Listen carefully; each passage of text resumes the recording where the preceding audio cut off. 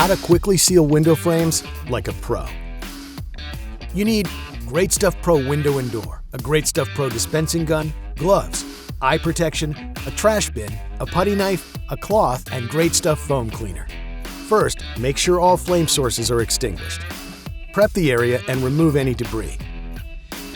Shake the can for 60 seconds. Invert the can and install it onto the dispensing gun with a twist.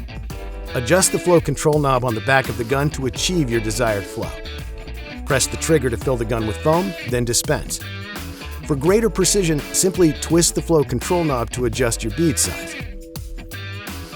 Practice with a dry run.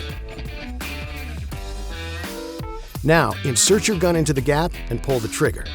Admire that steady bead size. Occasionally wipe your gun tip with a rag during application. Keep in mind, the foam will keep expanding after it's applied.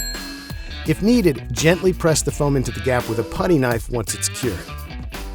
Close the flow control knob to keep any foam in your dispensing gun from curing. Store the foam upright until your next use. Leave Great Stuff Pro foam attached to the gun and you'll be able to reuse it for up to 30 days. And that's how you professionally seal with the trusted brand Great Stuff Pro.